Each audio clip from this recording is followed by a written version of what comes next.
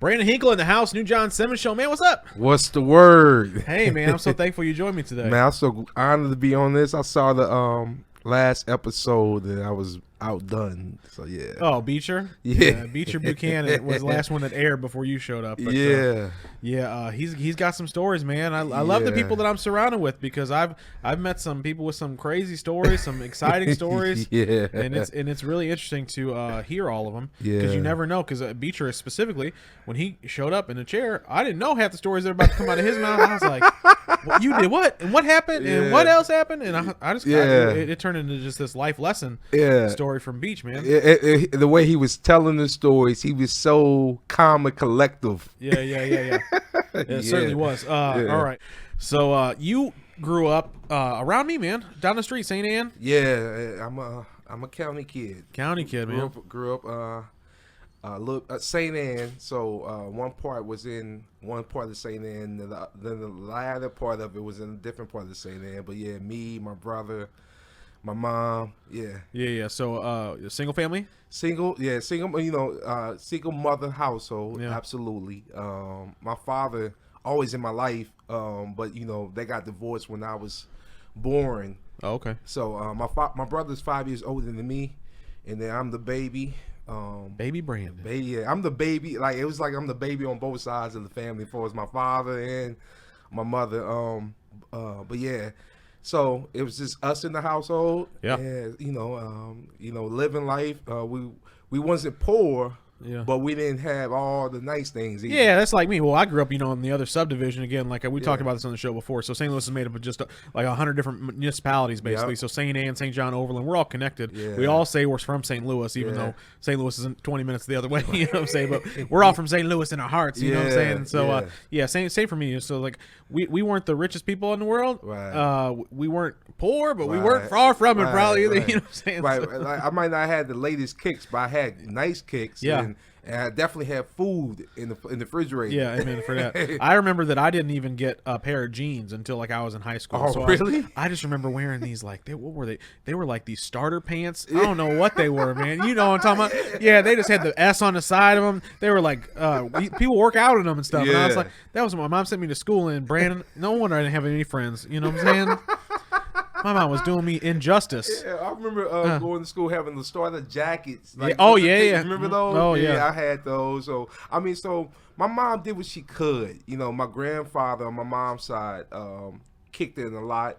Yeah. He used to take me, my older brother, and then my cousins. We used to all go downtown to St. Louis Center on the bus. 'Cause my grandparents, my grandfather, and my grandmother on my mom's side, they didn't never own the vehicle. Oh. And, so every time he would go somewhere, he would travel on the bus. That was his only way for him to travel. But what I noticed what that dynamic is, my grandfather worked, but he was retired by the time I started coming around, but my grandmother never worked. Okay. Ever. And that was the only marital thing, like marital couple that I seen firsthand for real. Yeah. And to that dynamic, and my grandfather took care of everything. You know what I'm saying? So so the one single, even though your dad said your dad was in your life, like your grandfather, your maternal grandfather was the one sort of showing you the ropes on how to do things. Live right. Yeah. I was around, and now don't get me wrong, my father was around, and I love my father. I had a fear for him. But I spent a lot of times, because me being the youngest, if I got sick, my mom would drop me over to my grandparents' house to watch me. Yeah. Things of that nature. So I spent a lot of time over there. Yeah. A lot of time. So I got to see that dynamic, and some good stuff. I saw some bad stuff, So So life around me. You said you went to Rittner just like I did for a little bit. Yeah. But then you ended up in Pattonville, our arch nemesis. Brandon, get out of here. Them stupid Pirates. We used to beating us every time we went on. It didn't matter what we were doing. Didn't matter if it was baseball or football or soccer or whatever we played. Pattonville beat us again, guys. It's But you lived on my side of the tracks. Yeah. But you're going to the school that was sort of at the time. Now things are different now since everybody moved to St. Charles and West. Move west. Yeah, it's like Pattonville at the time. That's where it was good to go to school. Yeah, I didn't realize at the time how good of a school that was. Yeah. I didn't put a lot into school work, to be honest. But that's, I mean, when I got to high school, we had a credit union in our high school. That's how I started my bank account. Slow down. For what? Like, so because kids all had money, or why would they have a credit union in the bank? I don't know. School. It was called EEC or EECU or something like Employees Education Credit Union, which is now Vantage Credit Union. Okay. I don't know how that even got started in our class, in our school like that, but yeah, that's how I started my bank account. You got a bank account, but were you working? What did you need a bank account for? So I got my first job working at Northwest Plaza, working at Music Land. Sam Goody? Oh, dude, my buddy worked up at Sam Goody. When? Oh, I don't know. This would have been the late 90s, early 2000s. What was your buddy? Justin Deming. That sounds familiar, dude. Yeah, he was like the manager up there for a long time. I think I know Justin. Yeah.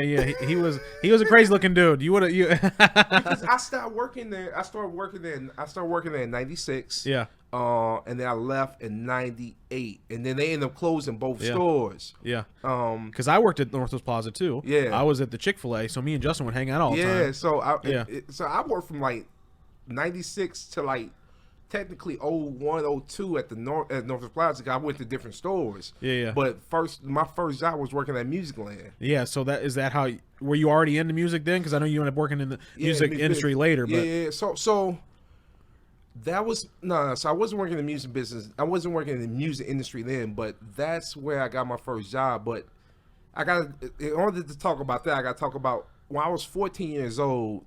I fell in love with hip hop. Yeah. Like I really fell in love with hip hop. Like I love sports, but hip hop was my thing. So I was listening to the De La Soul and and Biggie and all. I was an East Coast kid. From the Midwest. Yeah, from the Midwest. Exactly. Who you repping? Midwest. Midwest East. But see, St. Louis was such in the middle, so like it's almost like you felt like you had to choose sides, East or West Coast. So I was heavily influenced by East Coast music because I was getting it from my older brother Aaron, and the guys who I hung around. So I fell in love with hip hop, and so that was really my niche, and that was really why I was into mostly out of anything. I was into hip hop. Yeah. The latest artists, the latest rap battles, things of that nature. Yeah. Yep. Were you writing music yourself, or was you just inspired by it, or what? So what happened was me and my best friend Joe, DJ Smitty. What up, DJ Smitty? DJ Smitty. We started off learning how to DJ. All right. And so he got friends. Well, we started going to Saints. This was a Saints on Sunday. That's what the kids did. I've been to Saints. Brandon, we are like, first off, when I was going to high school, first off, for those who don't know, Saints is the roller skating rink that you used to live in our neighborhood, okay? Yeah. And it's where you went on Friday. For me, it was Friday nights when I was in middle school and high school. That's where everybody went. You would stand in this line that was 2 miles long, waiting to get your ticket to get in, $5 or whatever. I don't even know what it cost, but and you wouldn't even skate. You would just sit around, watch other people make out, and it was like a whole vibe in there. It was sort of like the club, Brandon. It was the club for our age. It was literally the club for our age. Like you talk about that line. We was standing at that line no matter how hot or how cold it was. Yeah. So we would go to Saints and Joe, DJ Smitty, he was learning how to DJ, so I wanted to learn how to DJ. So we was going up there early to like kind of practice on the turntables. Then he got cool with a famous DJ from here, DJ Charlie Chan. And what happened was he started going over to DJ Charlie Chan house to learn, and Charlie was really teaching him how to DJ. And so I got involved, but I realized DJing wasn't my thing, so I got into rapping. Okay. I got into rapping. All right, so tell me. So my rap career was only 2 years. Oh. I realized rapping wasn't for me, but I got into I got into some different crews, and Charlie is instrumental. Charlie and Charlie Chan's mother is instrumental in my walk now. Okay. All right. Charlie Chan was a DJ known in the city. He's very famous. Even at that time, he was on the road DJing for the Brat, Now he's DJing for Run DMC right now. Wow. But he was, he was a staple. So we was learning, we was coming into hip hop culture under him. And then I got with this rap crew called the Ruckus Crew. And hold on, pause. What's a crew? Forgive me for not knowing these things, but what I know is I knew all about Saints, but you lost me a crew. All right. So back then you had rappers back then had crews. So like Wu-Tang Clan was a crew. I listened to a Wu-Tang a lot in high school. So. Yeah, so you had no one ever called them a crew though. You know what I mean? Wu-Tang Clan. So Ruckus Crew stand for real unadulterated rap styles. I forgot. It was an acronym. Yeah. But a crew basically is just a group. This just your guys. Just y'all rap together. Yeah. It's just your squad. Yeah. So this is the guys who we was coming with, and we was recording records, and really trying to just do our thing in the city. Yeah. And we really made some headlines. We really we won a couple awards shows. My old business partner Finster, who was kind of like the leader of the group, he was on the front page and Riverfront Times, things of that nature. This is like 96, 97, 98. I'm starting to learn how to rhyme. I'm trying to rhyme, and you got like a notebook and all that. Yeah, notebooks, writing rhymes, like like I was inspired. Like about like girls and stuff. High school. What were we writing about? So we writing this stuff, but we writing about like take a cat. Like we trying to like come up with clever rhymes to beat the next MC. Like that's the type of stuff we coming up with. Rap battle stuff that's popular now still. Yeah, right? Rap battle stuff. That's what we was doing, and we was just learning the game, and then that transcended to me learning about music promotions. Okay. All right. So music promotions is where it started off doing street team work. So labels were hire street teams to promote their artists in the city. Yeah. So like a Def Jam. So like if a new LL album about to come out, they hire a street team to like to promote this album so people could be aware and bring awareness to the album that's about to drop. And that's why I really got into that. And I love the music business. Business. Yeah. So Midwest is not generally known as being a hub of that sort of music promotion and things like that. So even though you loved music business and all that stuff, it's not like you were set up in a place that was like, successful to run in that kind of area and have a bunch of people who could like mentor you or show you the ropes or have a ladder to climb, that sort of thing. Well, I got introduced to this guy named Solo. His name was Wes Almond Solo. He passed away a couple of years ago. He started a street team company, and he had a lot of accounts, and that's how I came in the game. Yeah, that's really how I came into the music promotion game, was under him. And St. Louis, it's not Atlanta or it wasn't New York or L.A., but we did have enough to make a staple, especially when 2000 when Nelly came out. Oh yeah, I'm here. Yeah.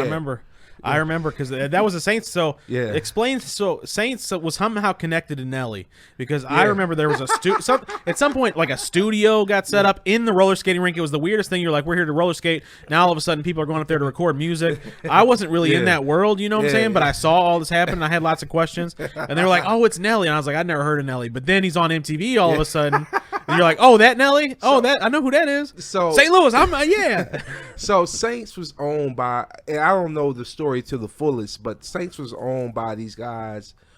It was a family corporation called D2. Okay. All right, and they owned Saints and the Palace, but they also had a recording studio. And so Nelly and the St. Lunatics, to my understanding, signed to them before they actually got signed to Universal. All right, so they was doing a lot of recording over there. So they released a record called "Give Me What You Got," and that was recorded at D2 Studios. So that's kind of how that transpired. Yeah. All right. Yeah. But when he got his deal at Universal, that happened in 2000, and St. Louis, the city, actually said, because think about that year was a big year for the city because his album went 10 times platinum. It was unheard of. Yeah, it was coming big. out the gate. It was huge. This album went diamond. Yeah, and they filmed the video in St. Louis. Yeah. So, and then that was the same year the Rams won the Super Bowl. 99. All right, a big year for STL. Yeah. So hey, so this is. I mean, so like it was a lot of eyes on the city. It was a lot of eyes on the city here. I'm talking about from a musical standpoint. It was a lot of eyes on the city. Yeah, so they're looking for the next people or whatever. Yeah, they want the next Nelly. They want. I mean, that's what they was looking for. They was looking for the next Nelly. So a lot of eyes was on the city. So how did you get tapped into a situation where you were able to benefit financially or from work because of that? Well, honestly, so for the first few years, I always kept a job. I was just doing it to learn the game. Yeah. Like one thing I did, I love music.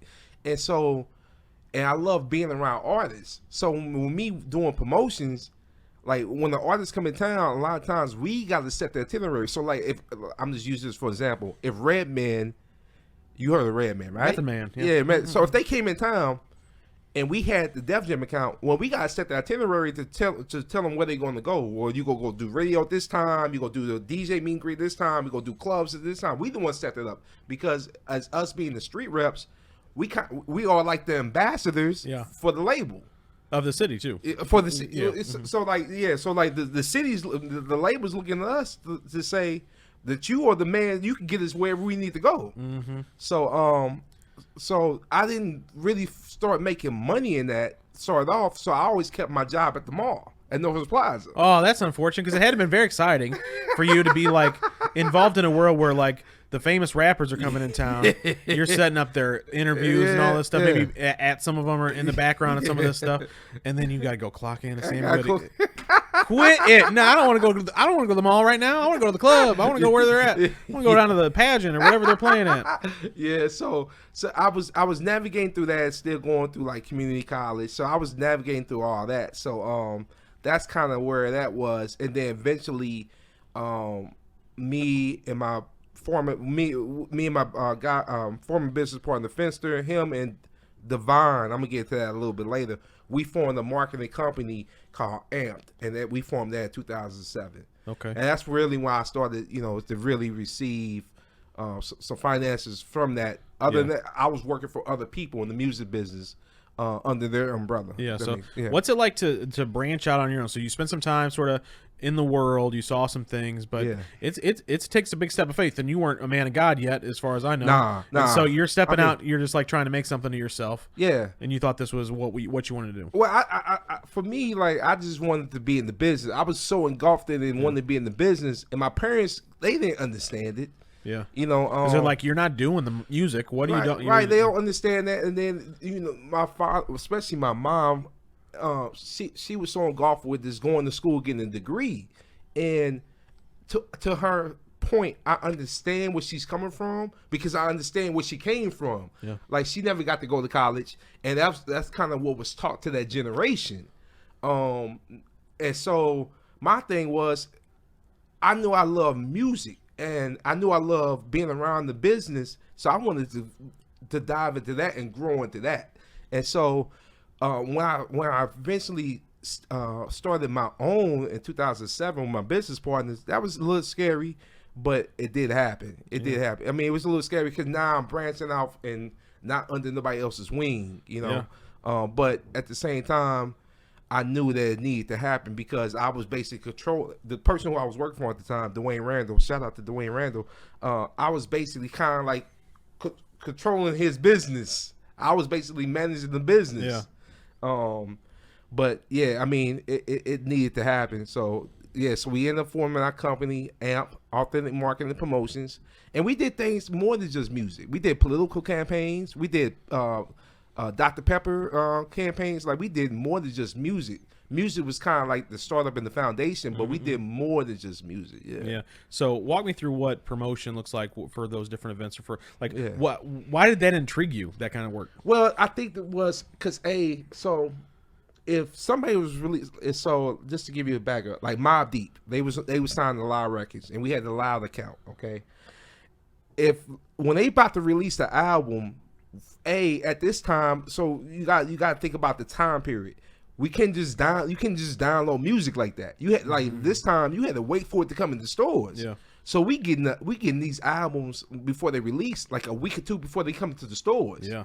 So I love that part. I love that part because I love the music. I was a fan of the music. And you were selling the $5 singles over at Sam Goody Music Land. Because I remember you had to go to the store. They used to have the single section. Yeah. Anybody remember this? You walk into the single section. Yeah. And then you got the albums down the other aisle. You got to spend $15. But if you just want the song you heard on the radio, here it is, right in front of you. It's just got one song on that CD. Maybe a B track or something. So actually, that was a different world back then. It was. I mean, cause you had tapes and cassette tapes. Oh, the cassette single, man. I haven't seen one of those in a minute. Yeah, the maxi singles and all that. So actually, I got out of. I started working at Music Land. I started working at Music Land before I got into the business. But to answer your question, I was a fan of the music. Like I really was a fan of the music. So. It's like it was like a dream job. Yeah. Like I got to be around the artists who I love.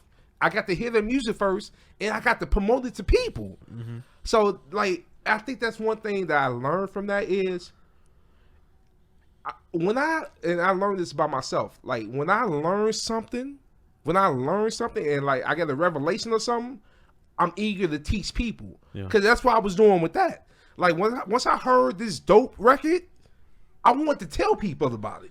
Yeah, you know what I'm saying? I get that. Yeah, so that's what that was. Yeah. And so it also with that though, that brought some like popularity with me. Like they got me popular with people and things of that nature. Yeah. Like so, like that. I mean, like going to the club, not paying, just walking straight up. There's a line outside. We go right in. Like all that type of prestige came with that as well. Yeah. So that's interesting. So.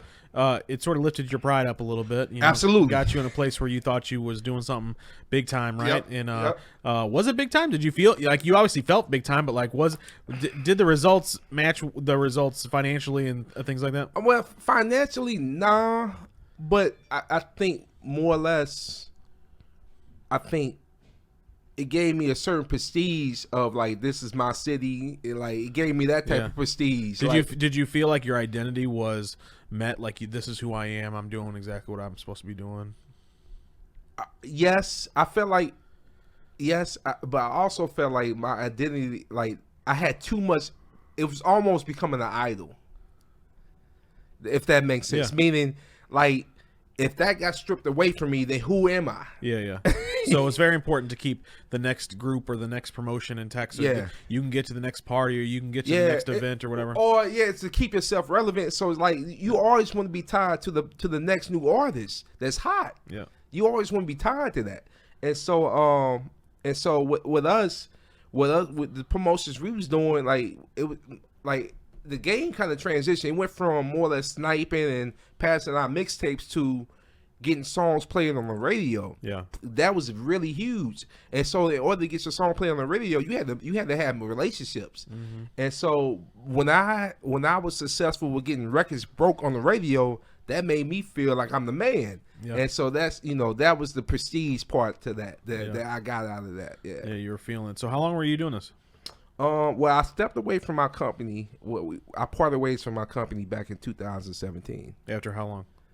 I mean, I started in the game. I came into the game officially like 99, 2000. Okay, so almost. I mean, that's a long time. That's 15, 16 years, 17 years. Yeah. So, what got you out of it?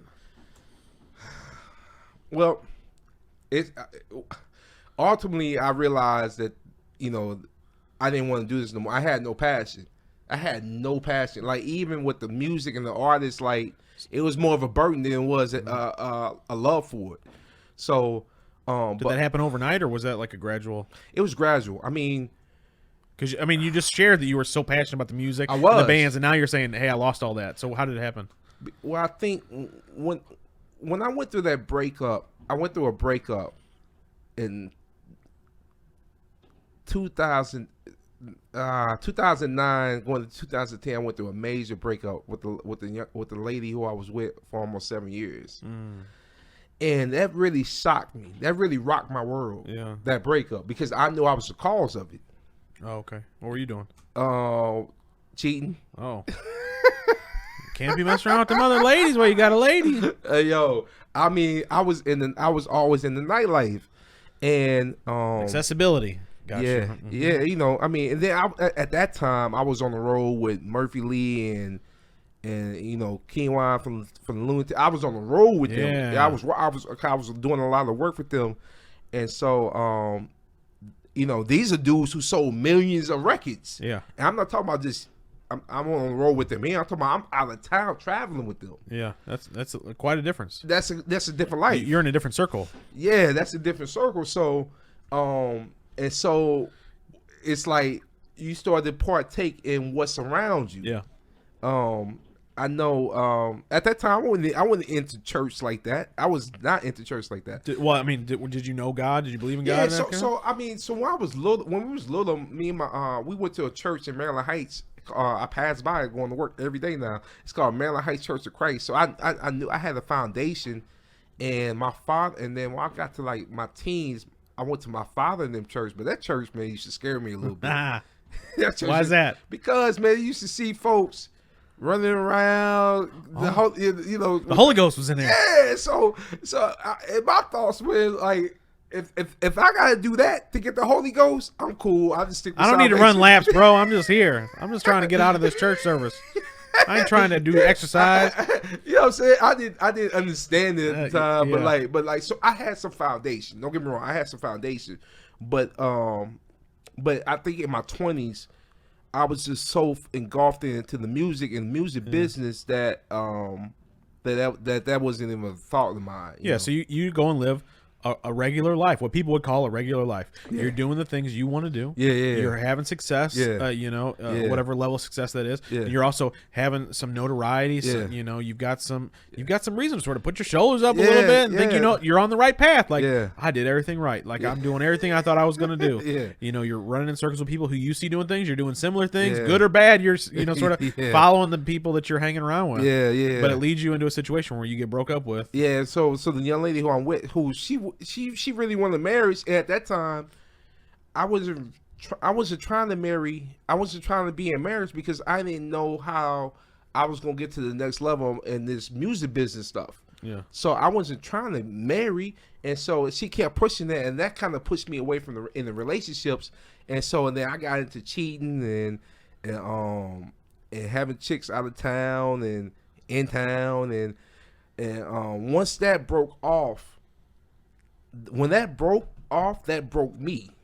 And I wonder why. Because I mean, if you got a side chick in every city, it feels like it wasn't every city. Okay, it was only a couple cities. All right, Brandon. On the technicality, I mean, we only got 3 or 4 side chicks, not 10. All right, just listen up. But nonetheless, so you got some girls that they've got your attention when you're in town, and yet this girl leaves you, and this is the one that hurt. Because I know I was the one that did wrong.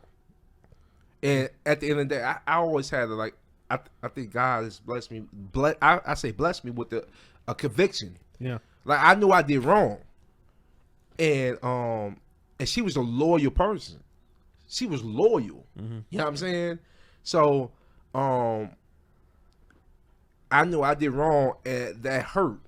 That hurt me, and it made me realize that the stuff I'm chasing after don't really amount to much. I ain't gonna never forget. It was 2000. It was going into. We had just gone into 2000. It just got into 2010, and Murph, Nelly, and the Lunatics. They had a show at Tampa Bay Stadium for the Devil Rays, and we down there in Tampa, and we stayed in a nice hotel, very nice hotel. They performed at the stadium. Then Murph had an after party that we set up, and I'm down there like depressed. And everybody's having a great time. I'm down there depressed. Not feeling so hot. No. Like I was ready to go back. And that made me at that moment I'm like, man, this stuff amount to naught. Like it don't really mean much. And so that's when I got back, and my homeboy Art Green, shout out to Art Green, he, my barber. I kept talking to him about the stuff I was going through, and he was inviting me to the men's locker room. At the Spirit Church. Yeah, at the Spirit Church, 2010. He kept inviting me. That was like some of the original men's locker rooms, 2010. It was at what they call the Brown Church. And he was inviting me, and it was like, man, he was almost getting on my nerves about it, to be honest. He said, "Stop calling me, bro. I ain't trying to go to this thing with you." Dude, if you ain't saved and somebody's calling on you to go to some church thing, it's the last thing you want to talk about. I remember, I may have told the story before, but maybe not. There was a time in my life where I was not saved. We all know that, right? But there was a time where I needed some prayer. Okay. Yeah. And somebody knew that I needed prayer. Now, I was not in a situation to receive any prayer. Yeah. Because I was just like, you all stupid Christians and this kind of thoughts. You know. But he comes over, John, can I pray for you? Bro, I don't want you to pray for me. Like, it is so uncomfortable when you are unsaved for that person to show up and be like, hey, man, come to church with me. Hey, man, can I read the Bible to you? Hey, let me give you this track. There is nothing more uncomfortable. And so when God sends people out to preach the gospel, listen, know that is hard work. Like, we're not out there stumping because we love it. We all know that we're walking into this shooting gallery where every time we say something, people are going to yell at us, tell us that we got, we're brainwashed and we're crazy and all this stuff. And it's hard work. It is, man. So praise God for Art Green for dragging you down to the MLR, bro. That's my brother, man. So I ain't gonna. So he kept telling me about it. So I ended up going, and I ain't gonna never. I mean, I saw some. So the first night I went, all right, I see Pastor Aeneas Williams going hard in worship. All right. Yeah. I ain't never seen a man go hard and worship like that. All right. That was my first time ever seen it. And then he stopped in the middle of it and he explained what he was doing. Yeah. I ain't gonna never, like, I remember like it was yesterday, like he explained, he said, God would answer you in your worship. And so that stuck with me. So I said, okay, so if God gonna answer me in my worship, I need to learn about this worship. Yeah. And so, that was one of the first times. And so during that time, now I'm navigating. This is 2010. I'm just going to the locker room every first and third Monday in the month. So they were doing twice a month. We was doing twice a month. Good thing for you. Yeah. So I wasn't going to no church, but I was going to the men's locker room. Then, later on that year, well, about mid that year, March, April, I called a famous woman of God, Mother Chan, Wendy Smith, which was DJ Charlie Chan's mother. Yeah, okay. All right. I called her because I asked her to pray for me. Mm-hmm. All right. And when she prayed, before I could even say anything, she said, "Y'all, you cheated on her?" That's what she said. Because she's prophetic. Yeah. And I just broke down quiet, and then she didn't say it in a condemning way. She said it as if in the way of, this is what you did. I want to make sure I'm right. And she started praying for me and consoling me. And then that same time, I'm like, Mom, I was like, can you mentor me? And she took me in and discipled me. Okay. That's who discipled me. That's really who took me in under her wing. Yeah. And she was always a person that we knew about. And we always, because Charlie Chan is always like an older guy. So as far as in the hip hop community, everybody looked to her as like the mother. And she was always a person who, when she come in the room, I tried to go the opposite way because I knew she was prophetic. For real. So you had seen this gift before you were saved. Yeah. And you were like, why does she know everybody's business? Yeah. Like she comes strong gifting. She go upstairs, I go downstairs. Yeah. I love it. Get away from, I don't want God talking to me today. I'm trying to go out in this. I got a girl in Atlanta I'm gonna go see you tomorrow. I'm trying. You know what I'm saying? Like, and not only that, I ain't know she was gonna try to do some exorcism on me. Oh yeah. You thought she's gonna cast the demons out you. You thought you're gonna be on the ceiling, spitting out green vomit on somebody. Man, I ain't want no parts. I ain't want no parts. All of a sudden, your head's spinning in circles. I would love to see that. I didn't want no parts. But I knew she was somebody who walked with God, heavy. So she took me in, man, and she really taught me like just basic things, how to pray. She started feeding me. I'm telling you, this is all set up by God. She started feeding me worship music.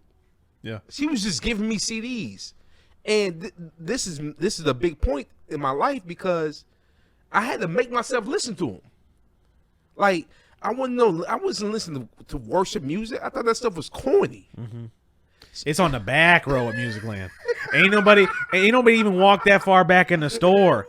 You know what I'm saying? You got to go walk past 10 rows of singles, all the albums, and then they got 3 little albums that say gospel on them, and they look like they 70 years old on the cover. Yeah, man. No kidding. You don't want to read that. So I had to walk.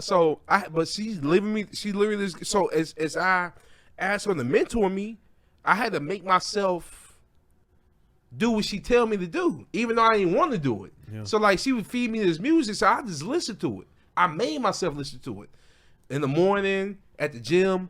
I made myself listen to it, but that made me into a worshiper.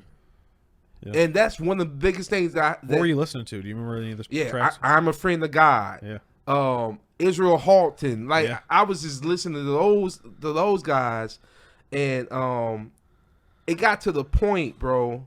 It got to the point because at this time I'm still doing music promotions.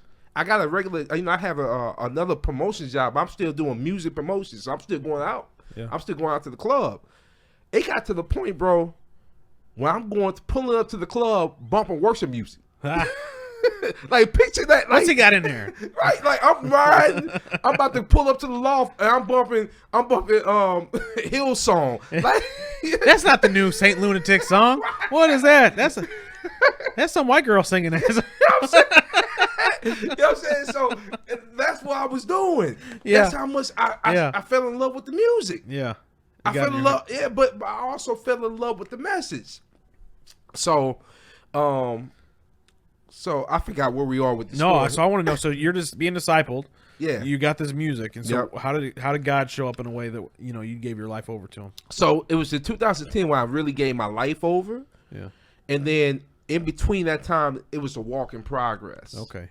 So you were slow up the hill a little bit. Yeah, because one thing about me is once I'm into something, I'm into it. Yeah, that's one thing about me. So it was certain things that I was learning as I was growing with my walk with God. Like I started going to church on Sundays that same year at Twin Rivers Worship Center, because that's where my spiritual mind went. So I'm going to the men's locker room every first and third Monday of the month, and I'm going to Twin Rivers. Yeah. All right. So I'm just learning. It's things I saw at Twin Rivers I never seen before. Like what? Like, I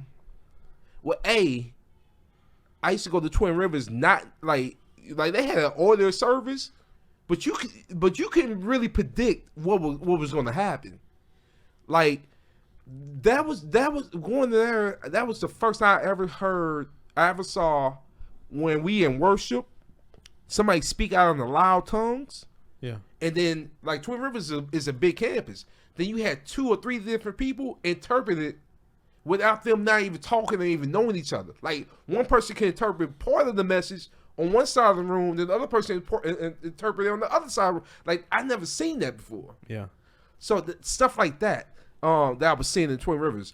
So I'm just learning. Like one thing I think God was taking me through a process of learning the love of God, because I know growing up 80s and 90s, I heard a lot about the wrath of God, and that's what made me didn't want to give my life to Christ so soon, because I felt like once I gave my life to Christ, if I mess up after I gave my life to Christ, I'm doomed. That's over.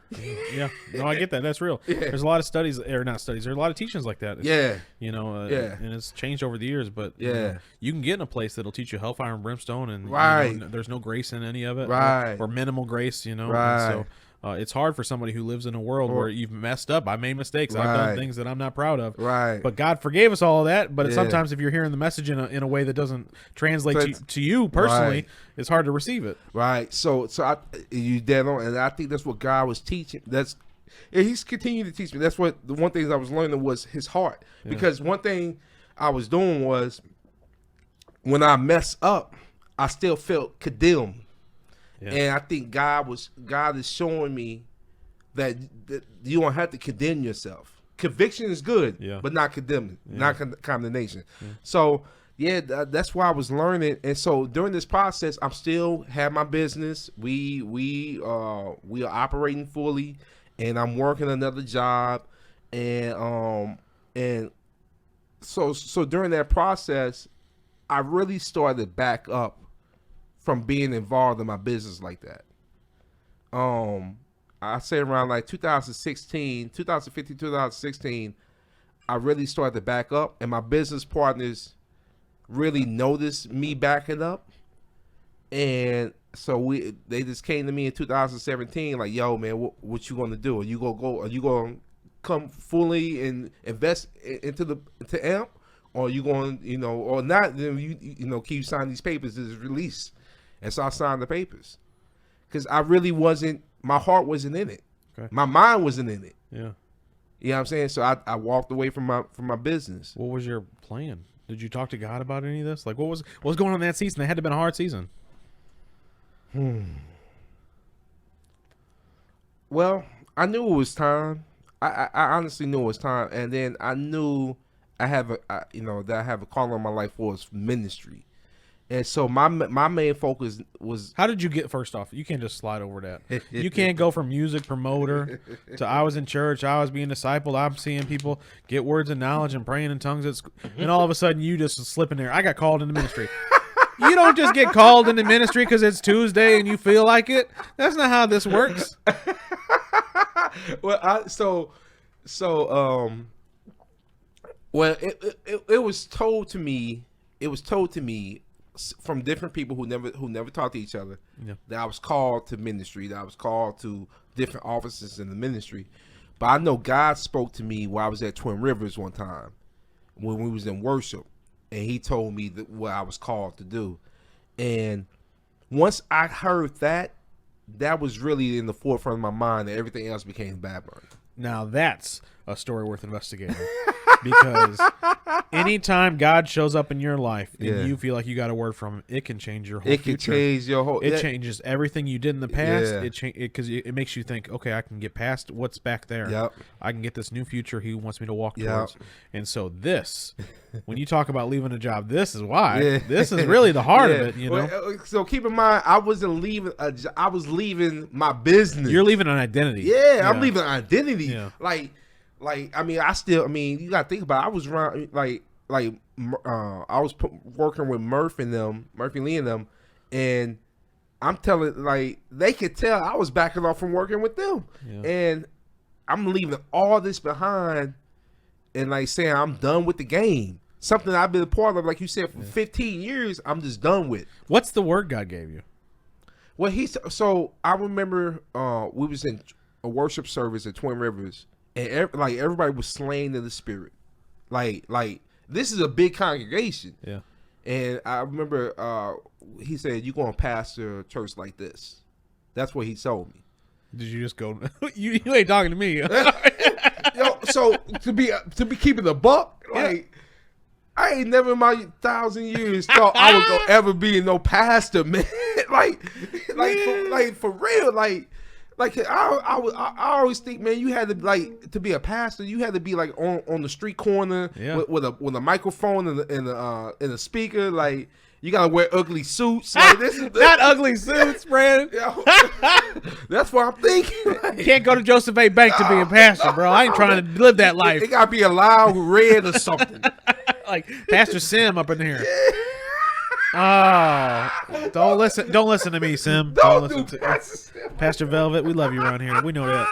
Yo, you wrong. So I never thought. Plus, I didn't know the scriptures like that. I didn't know the word like that. So I never thought I was gonna be a pastor. But you knew it was God, though. I knew it was God that spoke that to me. But I was just going after God because I knew He could heal my broken heart. Yeah. Again, you were in the middle of worship, which you said was the reason that God pulled you into to begin with. So hey, I see some through lines here, Brandon. I see God moving. Yeah. So So that's I ain't gonna never forget that. So then transition. I joined the ministry, Agape Fellowship Center, and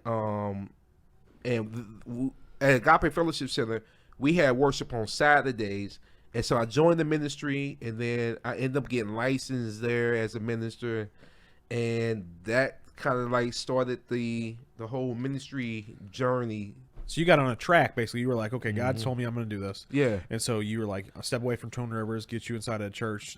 Well, I still would go to Twin Rivers because I just started going to Agape Fellowship Center because a young lady who I knew from school was going there, and she introduced me to her uncle who was the pastor, and I just loved their teaching. So I was just going because of that. I wasn't even going there to sign up for ministry. Yeah. I was just going because I love. Dude, I got so engrafted in ministry in church. I started going to church on Saturdays and Sundays. That's how much I love being in worship. Yeah. And then Mondays for men's locker room. Mondays for the men's locker. Like that's how like that's really like I said, when I'm into something, I'm into something. Yeah. So I remember going to before I even started going to Agape Fellowship Center, I was going to the Journey. The Journey got different locations, and I was going there just for worship. 'Cause I love worship. Yeah, I literally love worship, and so that's why that's how much engrafted I was into the worship and ministry things of that nature. Yeah. So you've made a decision. Yep. We're gonna get out of this job. You got a word from God. Yep. You feel like you can't be living that old life anymore. He's got this new life for you. You're not exactly sure what that new life looks like. I have no clue. And you might still be walking in some of that. That's okay. Mm-hmm. But what we do know is that when God shows up in our life, identity. If we're really following Jesus, whether we're following him a little bit or a lot, we should soon realize that he has more for us than salvation. Absolutely. Salvation is the most important thing anybody can get on this earth. Yeah. I'm not downplaying salvation. Please hear my heart here. But for those of us who follow Jesus any farther than salvation, the next step is now what? Now what? And now what is generally God has a plan for my life, and you got to go figure that out and chase after it and ask questions and have lots of tears and say, God, this isn't moving, and I tried this and it didn't work. Exactly. You found the purpose. Yeah, you're seeking out his purpose for your life as opposed to the old life that we used to live. Like, and so you making major decisions to, leave your business, figure out what you're going to do for money, figure out where you're going to go to church, figure out who you're going to go to church with, figure out how many days a week you're going to go to church. So, you've got all these decisions that you're started making because God, you invested that time with the Lord and said, hey, I want more of you. I want more. I mean, that's mainly why I was just seeking him. Yeah. Like, I was just really seeking him and learning him. That was my main focus. Yeah. And so even with the whole ministry thing, like I'm trying to learn how to read the word, how to dissect it and things. So like that was all. That's kind of where. But in the process of that, of these things, God is healing me in different areas of my life. Working in the music business was good for my ego, but it also built up an insecurity. Okay, all right. Like what? Like people's opinions. People's opinion really didn't matter. You're sensitive, yeah. So God had to show me during this process, like, I need you to. I'm gonna heal you from this, but I also need you to get to not worry about people's opinions. Yeah, people's opinions really didn't matter to me. Yeah. Also, one of the things that also sex. Yeah, that's a big one. Young single guy. No kids. Yeah. So sex was a big thing that. So living a life of purity has been not an easy walk for me. Sure. So one thing that God has delivered me from was lust. Yeah. I'm not talking about 5 years ago. I'm talking about this year. Okay. All right. Preach it. Here's your chance, preacher man. Tell us what it's like to get rid of lust. I mean, it feels like a weight is off my shoulders. Yeah. You know what I'm saying? Like, I really feel like a weight is off of me. Yeah. How long did you pray for it to go away? I think for me, I've been praying for this for some years. Yeah. It wasn't no instant thing for me. Yeah. I think for me, I've been praying for this for some years to break this off. And now I really feel free from it. Yeah. And it's a difference. You know when you're free for something. Yeah, like you know when you're free. Yeah. You know what I'm saying? I wanted to encourage people because I know that this is an issue men deal with on, you know. Yeah, and what I'm saying, women are dealing with it now. Like I don't know if it's just because we got social media, people talk about it, but women deal I know females that deal with this. Yeah. So but I know that in the music business, sex is a high thing. Yeah. Like the way they promote things and things in that nature. Of course it is. Yeah, so I know God has broke that off for me. Amen for that. Yeah, man, for real. And so, what do you think the difference was between you praying 2 years ago and what happened now? The difference, I don't know what the difference is for. Is why the outcome didn't come until now. Yeah.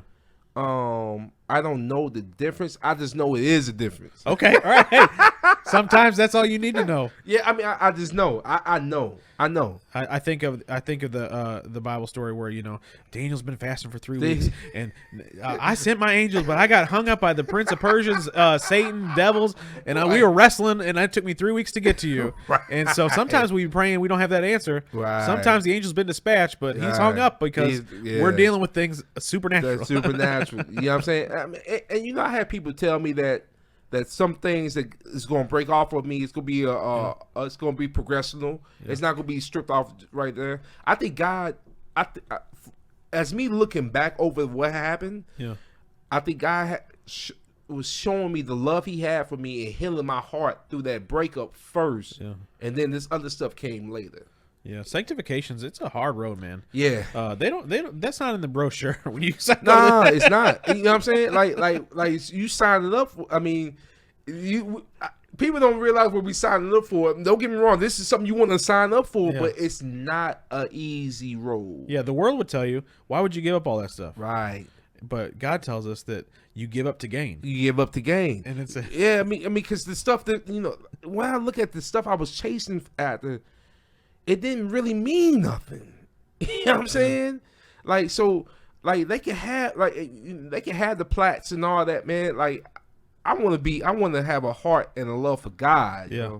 That's really my heart. Yeah, and that's what I've seen in you. So you started showing up. Obviously, you were going to men's locker room stuff, but I started going to the church when they moved to the new building. Yeah, and I saw you sporadically showing up on different days. Yeah. It wasn't consistent or anything like that. You weren't a member of the church. You were still going to this other church, I guess, at the time. Yeah. And you would come by with some questions every once in a while or whatever it was. And so I was like, "Who's this Brandon guy?" And I was like, "Why does this Brandon guy go to my church?" I was like, "He's here all the time. Sometimes, and people seem to know him." So what was it like for you to transition over here, and what was the reason for all that?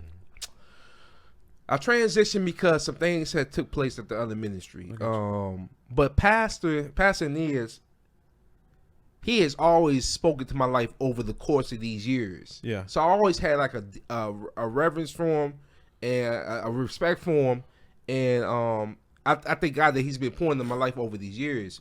So once I left that ministry, because we went at that other at the ministry I came from, we went through 2 deaths, like 2 head pastors that died, and like we went through some hardships, and then I left the transition over here, and ever since I came over here, it feels like home.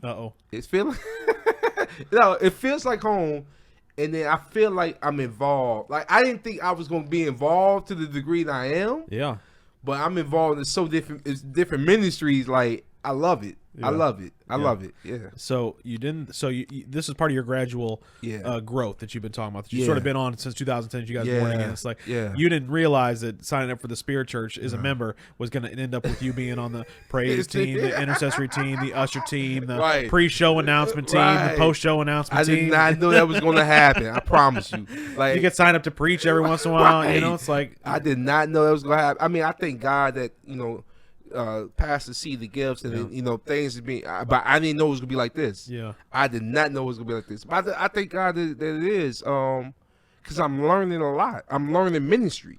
Yeah, like I'm learning the inner works and outer works of ministry. Yeah, and I'm one thing I'm learning the heart of my pastor, of our pastor more or less, and because I admire how he seeks after God. Like I admire that. You know what I'm saying? How he takes time out and how he's sensitive to the voice. Yeah. I admire that. So yeah, that's why I'm learning. Yeah, I think that, you talk to what are the reasons some things might break off of you? Well, I think for anybody, you start getting around other strong believers, and you start seeing the world the way they see it in areas where you weren't even thinking about. Like one of the things that Pastor has dealt with me on is submission and authority. He teaches on it to everybody, not just John Simmons, but everybody's got to learn how to submit to God and these sorts of things. And it's like I had this realization that my dad died when I was 12. I never had any authority, my mom sort of just like let the apron strings go a little bit. I started hanging out with kids too old to be hanging out with as a teenager, and then young adult I started gambling. And I had no one to like be like, John, what are you doing? So I had no authority figure until I get to the church, and all of a sudden, well, I get to a church that I'm not just sitting in, right? I get to a church where I'm not just a member in the seats and no one knows who I am. I get to where I'm serving, and it's like, we need you to do this. And you're like, oh, that's not the way I want to do it. And for somebody like I have my own business. I've worked in radio where I've worked like my whole life. I'm a hard worker. I dealt poker for 10 years, but that's like everything I've done has been a very singular. It's me doing the work. I don't. It's not like I have a boss. I don't have to hit a bunch of deadlines or agendas for them. And you do your own work. And I had this realization. About a year after working at the church, they're like, I maybe have a problem with authority.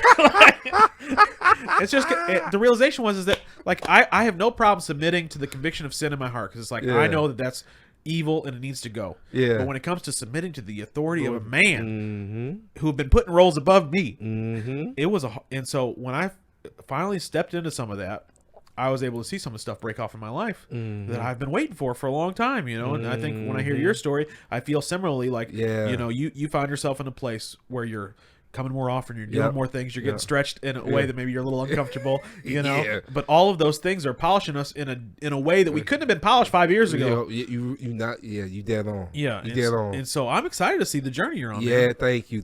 I'm excited too, man. So I'm just, like I said, I mean, me being here, I'm learning things. I'm even learning about faith.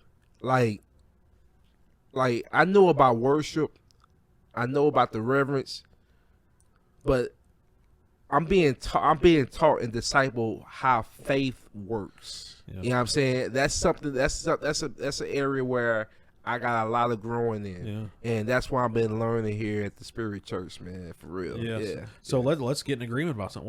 What's some things Brandon's believing having faith for right now? I think the best way to let's declare some stuff, man. I believe it for definitely my family. Yeah, I'm believing definitely for a family, and then because you're still a single guy for everybody who didn't catch that. So. That I'm not making fun of you. No, I know you're not making fun. I didn't know I didn't know if you. I'm letting people know. Hey, Brandon, you can email me in the comment section. Let me know. I'll pass your number along. Like that. Oh man, I'm trying to help a brother out here. You know what I'm saying? Nah, I mean the family piece, and then me growing in ministry. Like I just really want to really grow in ministry and the things that God's have for me. You know what I'm saying? What those pastoral calls or ministry calls, like whatever that is, I just want to grow in that and do it unto God. Those are the things I'm looking for. Yeah. Are you feeling like left out a little bit about the music stuff anymore now that you're sort of So I did it first. Like when I first stepped away, I felt like, you know what I'm saying, like I felt left out. Especially when I'm still friends with a lot of the artists who I work with, like Murph, David Banner, different people like that. You invite them to the men's locker room, right? Now you get to be Lee Green. R Green. R Green, yeah. R Green. Actually, get up here, Murph. Come on. Men's locker room, Monday night at 7. Murph, so actually, he told me he'll come. If I've ever speak, he told me he'll come and see me. Keywan came and spoke and saw me speak. I know that they are 5%ers. I don't know if you know about 5%. I don't know what that means. Okay, I know what the 1%er is. I don't know what a 5%er is. But Keywan actually came out supporting me. That blessed me. Yeah. You know what I'm saying? Cause I'd seen arguments, you know what I'm saying, different arguments he had. So that blessed me. But yeah, you're right. I guess I can, and that's something I'm still navigating. Like so me walking this walk with God, when I come around different people from the business, to maintain me, but also not to like church them out while I'm around them. Yeah. I'm still navigating that. You know what I'm saying? Yeah. Just like he did to you. You got to keep pounding that drum sometimes. Brandon almost told me too many times to come to this thing. I can't wait. Man, my brother Art was on me. Yeah. Yeah, I'm glad he did. I'm glad he was. Though. Yeah, and so now the tables have turned. Yeah. Brandon, you're sharing your faith with everybody on this and everything else. You're going to be blessing people, man. I really believe that. Thank you, bro. Yeah, man. I'm excited, man. And I mean, and that goes back to what the love I have for music. Like it's the same thing. It's just a different product. Yeah. That's how I'm viewing this. Like when the new Wu-Tang album came out, I wanted to tell everybody about it. Now I'm doing the same thing. It's just the gospel. Yeah. I want to tell everybody about the gospel. Yeah. You know what I'm saying? I want to tell everybody about God's heart. Like, it's the same. It's the same method, same energy. It's just I'm doing it for Christ. Yeah. You know what I'm saying? Like, and that's really my heart, man. That's really my heart. That's when you know that somebody's really had a radical change in their life for Christ, is when they're willing to stop talking about themselves and willing to start talking about Jesus above them. You know, that's a big deal. Yeah, man. Yeah. So that's I mean, and I'm blessed. I'm just amazed at how God used, or God had people in my life when I wasn't even know the route I'm being now. The same people are still there, like Mama Chan, like I was going around Charlie around when I was like 16, 17. And this lady later on when I turned 30 ended up discipling me. Yeah. You see what I'm saying? Like stuff like that. Like that was all orchestrated by God. Yeah, I love the sort of the stream you can point back to. Yeah. You know, when you've been living in Christ for a while and you can say, oh my gosh, I didn't know Christ then, but he certainly either delivered me from something or he saved me from something. He kept the wrong people out of my path. But sometimes you end up like the prodigal son, and the wrong people end up in there anyway. You know what I'm saying? Yeah, then you get a revelation, then you finally go back. Yeah, so man. it's but your journey, man, it's been an interesting one. And what I want to say and encourage you is that like whatever the word God gave to you, no matter how long it takes. Yeah. You know, this is the road you're on now. Yeah. You know, and so walking by faith, what that looks like today is just like, maybe I just got to be at church on Sunday. You know, if somebody asks me to do something, I just got to do it. You don't know when you're talking about faith. You know, I wrote about in my book Finding Faith. Like, there's levels of faith. You know, and it's like when I started my faith journey, I had Diet Coke faith, and people have talked about this before. But I quit my job to start the ministry. To start Testimony House. I quit my job at the casino. I was making $90,000 a year. Back 20 years ago, like I was making, you know, so I'm making good money. It was 10 years ago. And I quit my job because God asked me to start this ministry. And I'm like, well, how am I going to make any money? How am I going to do all this stuff? You know, I had all these questions in my head. And I stepped off out of faith. And the one thing I was addicted to was sodas. And I love diet soda. I call it Diet Coke. I drank Diet Pepsi, but I call it Diet Coke because my roommate at the time, he drank Diet Coke, and so I would drink his Diet Cokes. And he says, I'm not buying you no more Diet Coke. You ain't got a job or whatever. You know, and I was like, all right, I'm just going to believe God for this, right? And so I start praying, God, thank you for this day. If you don't mind, I'd like to have some soda today. You think I'm kidding? I was in my bed reading my Bible for the first time. Yeah. I'm reading my Bible. I'm like, you better ask God for it. Psalm 37. He grants the desires of your heart. I was like, all right, I'm going after this. I want some soda, Lord. And then all of a sudden, you know, somebody come in and be like, hey, John, I heard you quit the ministry. Hey, I brought you some soda. Or, you know, mom would be like, hey, I'm coming over bringing you some groceries. Or, you know, every once in a while I go to work and they'd be like, hey, we got some extra sodas in the back. And all of a sudden I'm like flush with sodas. I ain't never had so many sodas in my life. They're on top of the refrigerator. I got them everywhere. And Kevin looks over at me. He's just mad. And he's like, John just keeps getting them sodas. I was like, this is Diet Coke faith, man. And that gave me the tenacity to start asking for bigger stuff. I was like, all right, God, now I want a wife. I want to get me a wife, Lord. I started praying for a wife. I wasn't saved, but 6 months when I met Megan. Really? I was a former gambler, 8 years older than her. Ain't nothing wrong. In the natural, there's nothing that would have said she wanted a guy like me. You know? And here we are.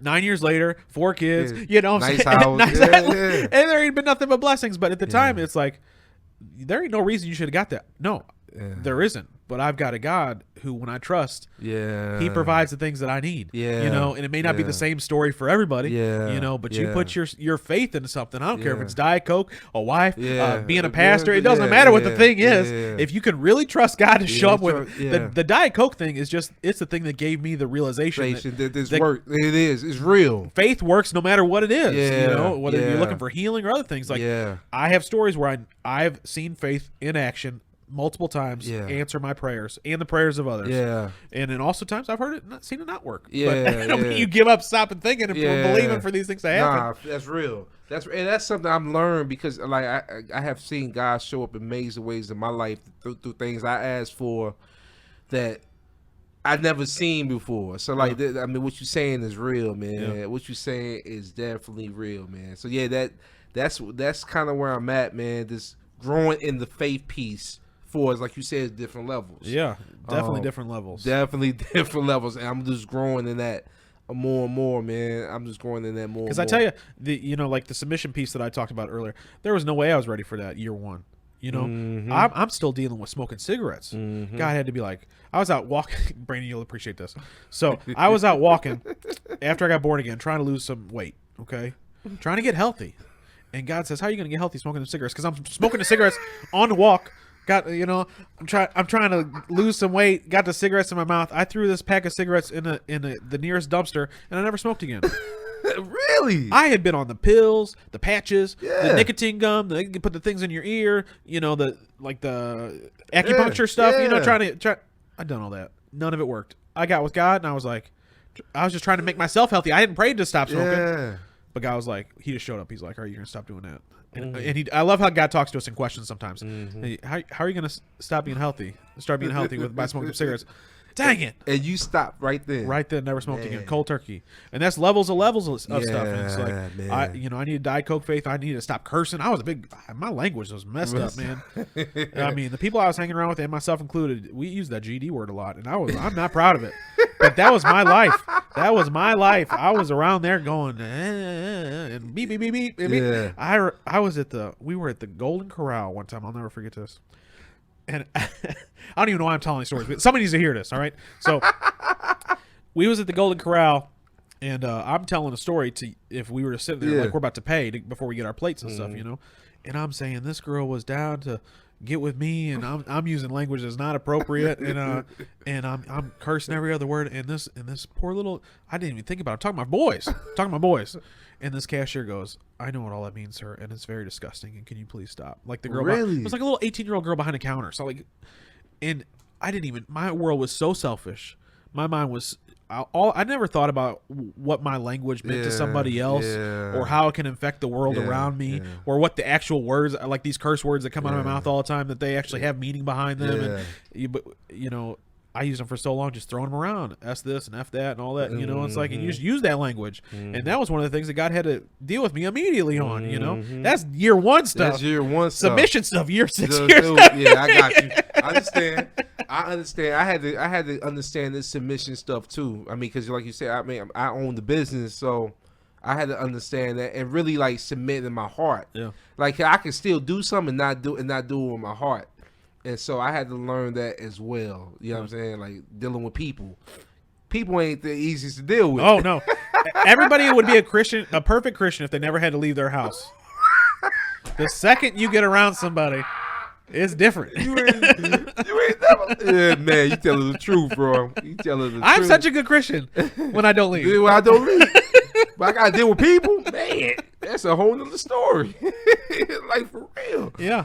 So, I don't know what's down the corner for any of us, but as far as like I don't know if I want to know what year 15 on being a Christian. All of a sudden you gotta, but I think it's all part of growing with Christ, man. It is, man, and that's the beauty of it, man. Like we're gonna continue to grow until we transition, and that's the beauty of it. And I think the key thing is just loving it as you go, man, and don't give up. Yeah. Because, when I learned in ministry, man, you come across things where you want to give up. And don't give up, man. That's what I'm learning. That's what I'm learning with this thing, man. I feel so honored. I feel so honored to be a part. Yeah. You know what I'm saying? Amen. Amen. All right, everybody. Brandon Hinkle, everybody. Thanks for having me, bro. Hey, man, I'm so happy you've been on the show today, and I thank everybody for watching. Yeah. If you haven't subscribed already, I'd ask you to press that button if you don't mind. And until next time, guys, we pray that you discover a future and a hope for your life today. Yes, sir.